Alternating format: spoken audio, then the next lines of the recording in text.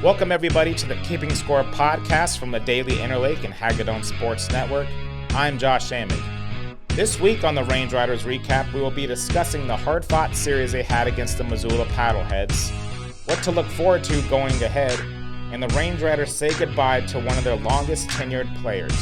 So without further ado, let's get right into it.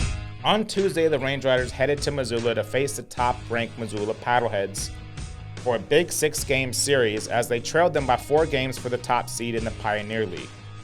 In Game 1 of the series, the PaddleHeads won 16-10 despite a record-breaking performance by Christian Kirtley. Kirtley homered not once, not twice, but 3 times to set the record for the most home runs in a game by a Range Riders player.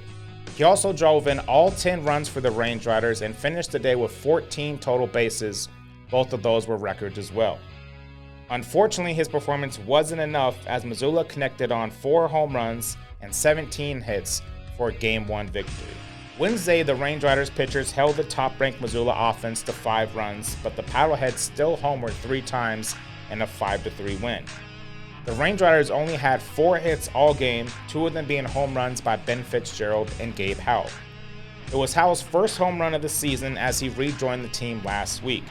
He was with the Range Riders last year and he led the team in on-base percentage before joining the team this year from the Atlantic League. In Game 3, it was another low-scoring affair as the PaddleHeads won again 6-3. Andy Atwood, the usual leadoff hitter for the Range Riders, was moved into the 7th spot and it seemed like the move paid off. Atwood went 2 for 4 and connected on a home run after being held to 1-9 in his previous at-bats of the series. Kirtley connected on a solo shot in the 8th, his 4th home run of the series, and tacked on to his team-leading 11 home runs on the season. Friday, the Range Riders lost in heartbreaking fashion. They held a 6-3 lead heading into the bottom of the 8th before the PaddleHeads rallied for 3 runs to knot things up at 6-6. Cameron Cowan came in for relief for the Range Riders and loaded the bases with 0 outs. He would retire the next batter before Colin Runge stepped up to the plate and hit a game-winning base hit, and the Range Riders lost 7-6, their 4th straight loss. In Game 5 of the series, the Range Riders' bats erupted for 5 home runs and a 14-12 victory to snap the 4-game skid. Gabe Howell hit his 2nd home run of the season, and Ty Penner, who was activated off the IL last week, connected on a home run, his 3rd of the year. Andy Atwood and Freddie Guillermo also homered for the Range Riders, and Christian Kirtley continued his onslaught against the Missoula PaddleHeads pitching staff with 2 more home runs. The Range Riders bullpen also did a great job, combining for 4 scoreless innings to maintain their lead and win the first game of the series. The Range Riders bullpen also did a great job, combining for 4 scoreless innings to maintain their lead and win the first game of their series. Sunday was my game of the week as the Range Riders won again 14-12. The Range Riders jumped out to an early 10-4 lead after 3 innings, capped off by Gabe Howell's 3-run home run and Ty Penner's solo shot. Nick Block also connected on a solo home run to extend the lead to 11-4, and the Range Riders were able to stifle the comeback attempt and hold on to victory. That's it for the scoring recap of the week. After the Range Riders dropped the first 4 games, they were able to bounce back and win the next 2 to end the road trip on a high note. Well, sort of. Sunday's game wasn't my game of the week because of the score, the barrage of hits from the Range Riders. It was the team's resiliency that made it my game of the week. After dropping the first 3 games, they lost the 4th game on a walk-off, and it appeared like the PaddleHeads were just too much for the Range Riders. They answered back with a big win Saturday, and Sunday's victory shows the team's ability to adapt to changes, which leads me to this week's portion of In Case You Missed It. After Saturday's victory, it was announced by the Range Riders social media team that Mason Dinesen's contract had been purchased by the Chicago White Sox, which marked the end of his time with the team. They went into Sunday's game without their team leader in average and stolen bases, but the stats don't tell the whole story. Dinesen was also the longest tenured player on the Range Riders who has been with the team since their inaugural season.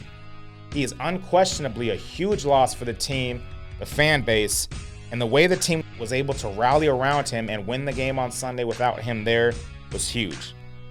Here are some thoughts from manager Paul Fletcher, who spoke about Mason Dinesen earlier this season. Well, you know, Mason's kind of a versatile guy. He kind of moved around, right? Sometimes he was hitting at the top, sometimes the bottom, and in between. And we've kind of done that to him a little bit here this year just to try and see where we need him the most. And he's very adapt to it. He doesn't get bothered by it.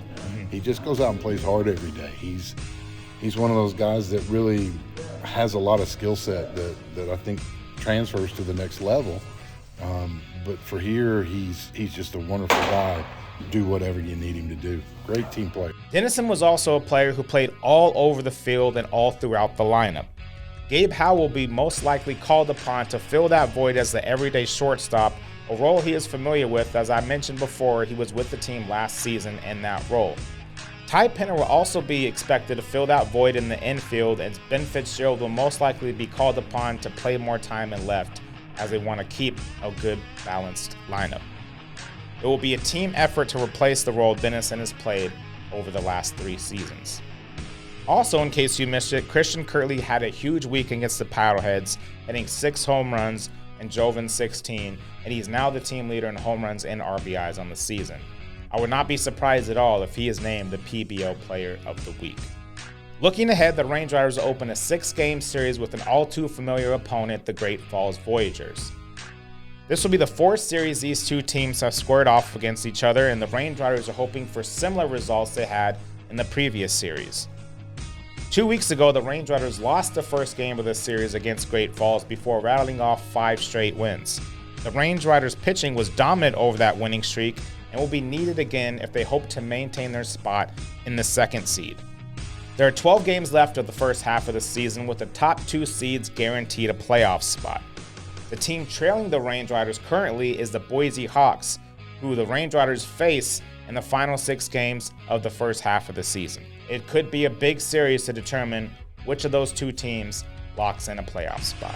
That's it for this week's edition of the Range Riders Recap. Best of luck to Mason Dinesen. We wish you all the success in the next step of your baseball career. Make sure you make it to Glacier Bank Park this week, as this series against the Great Falls Voyagers will conclude the first half at home. For the Keeping Score podcast and Daily Interlake, I'm Josh Amick, and until next time, take care.